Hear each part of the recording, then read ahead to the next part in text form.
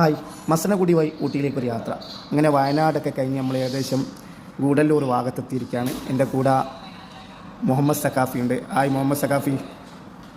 അങ്ങനെ നമ്മൾ യാത്ര പുറപ്പെടുകയാണ്.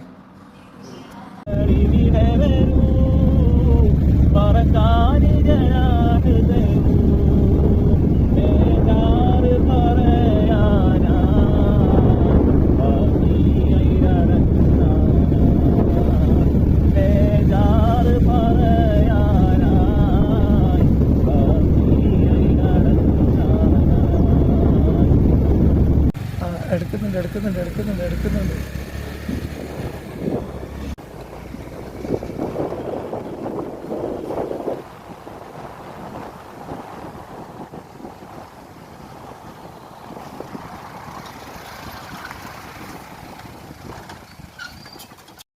മസനഗുഡി വഴി